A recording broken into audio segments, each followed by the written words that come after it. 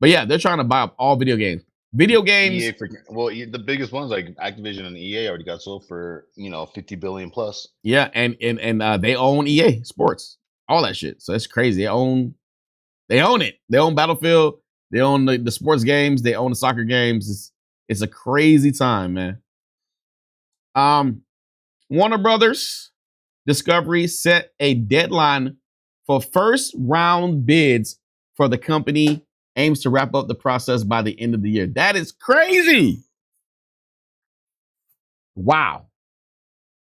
Now we see why the game stopped all the stuff, because they sell it. They've only had the company for like a year. Discovery bought Warner Brothers last year. Then they put out MK1. And now Discovery is trying to sell Warner Brothers. It's stuff like this is why we get like bad games, because of the politics with the front office. You don't know if you're gonna be sold tomorrow, you know? That's what they say. Tomorrow's never promised. Warner Brothers Discovery recently reported that they had been receiving unsolicited interest from other companies. Unsolicited. So that means that they know they're going to get sold, and other companies are like, yo, we want to buy Warner Brothers.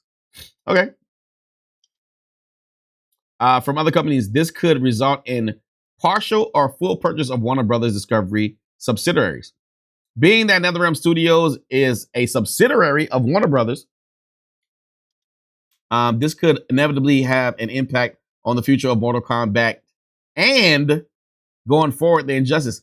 So if somebody buys NetherRealm Studios, this could be fucked up, because check it out. So if somebody buys NetherRealm Studios, they could buy Mortal Kombat and then fire everybody and make their own Mortal Kombat. And then the guys that make Mortal Kombat could never make Mortal Kombat again. That's crazy, right? All you're doing is just buying the rights. I mean, once you buy the rights, you got the company. It's crazy. Being that NetherRealm Studios is a subsidiary of Warner Brothers Discovery, Warner Brothers Games, this is inevitable have the impact on future Mortal Kombat and Injustice franchises. Rather than rejecting these offers, Warner Brothers Discovery President CEO David Vaslav confirmed that they were considering potentially selling the company. Wow.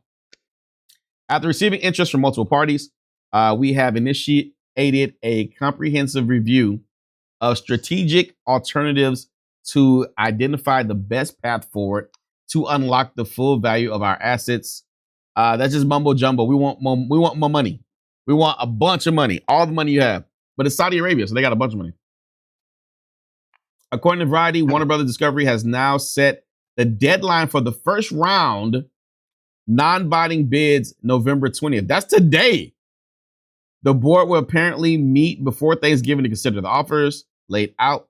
For now, the three frontrunners said to be Paramount, Netflix, and Comcast. If anything, I bet you Paramount might get it. Bro, that's big. Paramount's Netflix. Netflix has a bid? Yeah, but Paramount's always been up there with, like, they're always. But isn't Warner? But isn't like, who got more money, Comcast or? Comcast. Oh, let's see. We got it. Okay. Shit, Comcast I didn't think this. Money than Netflix. I didn't think this was going to be this interesting. Hold on a second. Let me talk to Keisha real quick. Comcast. So Comcast, Netflix, and this Paramount are maybe all trying to buy. Just put net value. Warner Brothers. Which company is the most profitable company that could possibly buy it, as far as money goes? You should put financial backing. Too much. They're going to give me a bunch of information I don't want.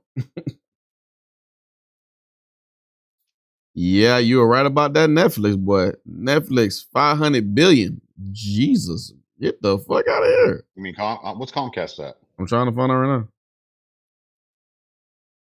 Comcast just got bought out by or was it Spectrum that got bought out? I think. Probably Spectrum. It says that Netflix 500 billion, Comcast between 140 and 150 billion, and Paramount is down at the bottom. That's Paramount crazy. Is the company that has the most significant financial power and profitability among the three potential bidders to acquire Warner Brothers Discovery is Netflix. Here's a breakdown of the key financial indicators. 1. Financial firepower.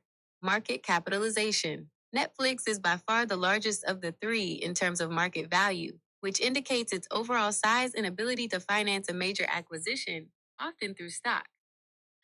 Yo, think about this. Think about this. Think about this. Think about this. Think about this. Netflix, they owned a couple of Marvel things for a little bit, right? And they had a couple of Marvel shows. They had like the Defenders. They had Daredevil, a couple other ones that came out, right? And then Disney Plus came out and bought all that shit, and they was like, no, we're taking all our stuff back. So maybe if Netflix buys WB, they could make side shows for Mortal Kombat and the Batman Superman stuff. And doesn't Netflix have Netflix gaming? Yeah, they got gaming now, but the thing is, Netflix also do a lot of independent filming too, a lot of But if movies. Netflix has Netflix gaming and they buy fucking WB, right? Then they can do. It might go in the right direction. Well, then they can do an exclusive Netflix Mortal Kombat. That's crazy. That's crazy, man. That's crazy. Anyways, let's see what the rest of the article says. Of course, we have previously heard that Sony were not interested in acquiring Warner Brothers and instead that's what it says. And instead wish to focus on building their own strengths in anime and games. Apparently, Warner Brothers had already rejected an offer from Paramount Skydance to sell the company for 23.5, I'm guessing that's billion, or 23.5 dollars per share. Notably, Warner Brothers Discovery stock is currently priced at about 23.7 at the time of writing this, but it was only about 3 months ago that I saw the company trading for around $11. Damn, they way down. Yo, even Bitcoin's down big time right now. Bitcoin's like at almost 90,000. I wonder why. I bet you it doesn't have anything to do with the president. NetherRealm Studios recently released MK1 Definitive Edition. It's important to consider that whatever NetherRealm Studios releases a definitive edition of the game, it always marks the end of that post-launch support for that fighter. That's why we're not getting any report. So this is it. Check it out, right? This makes sense, and I bet you that fucking NetherRealm Studio knew this, that the sale was gonna. Think about this. You put out MK1, you think you're gonna get sold again, right? So the company doesn't give you any more money for the game to profit because you don't want to start making a game. So I thought during the Game Awards we would see like the trailer for like Injustice, but I don't think so anymore because like they're probably going to wait until they get sold or don't get sold to put out the new thing for the game. That's so fucked up, man. I bet you somebody over at Warner Brothers already got all the stuff like just on a little secret flash drive. Yeah, they do. Of course they do. Because all they're gonna do is just take that, go pretty much just run the whole structure of it and just create another game. Indeed, shortly afterwards, NRS confirmed that they had shifted focus onto the next project. Many are expecting the next project will be the iteration of the Injustice series, considering that Injustice 2 was released back in 2017. Overall, Warner Brothers has had a rough year considering Suicide Squad killed the Justice League, should have never been made. The flop Rocksteady Studios, as well as closure of his first game studios, Multiverses, which also they should have put more money behind that. This was a sad tale for Player First Studios, considering that it hadn't been a full year since they were acquired by Warner Brothers and they ran it into the ground. But that's not Warner Brothers' fault. That's Paramount. Discovery's fault. Though Mortal Kombat 1 was fairly successful, selling about 6 million units in 1 year. Well, 2 years, I guess. Especially impressive for a fighting game. These numbers have a hard time comparing to MK11's $12 million sales. Yes, because you fucking had time in the game. As a result, it was possible for Warner Brothers Games to project better sales for MK11's successor. They shouldn't have did that. So just because, the last game sold 12 million, this one only sold 6 million in a year, and so you're like, oh, it sucks. It's fucking stupid. If a company ends up acquiring Warner Brothers Games subsidiary by Warner Brothers Discovery without acquiring the rights to DC, it could theoretically impact the production of Injustice 3, which we just said. If they don't have rights to the characters, they can't make the game. However, as previously mentioned, the frontrunners right now are either interested in only acquiring parts of the company that wouldn't affect NetherRealm Studios at all, or acquiring the entire company. It's beginning to look like fans of NetherRealm Studios will have little to worry about.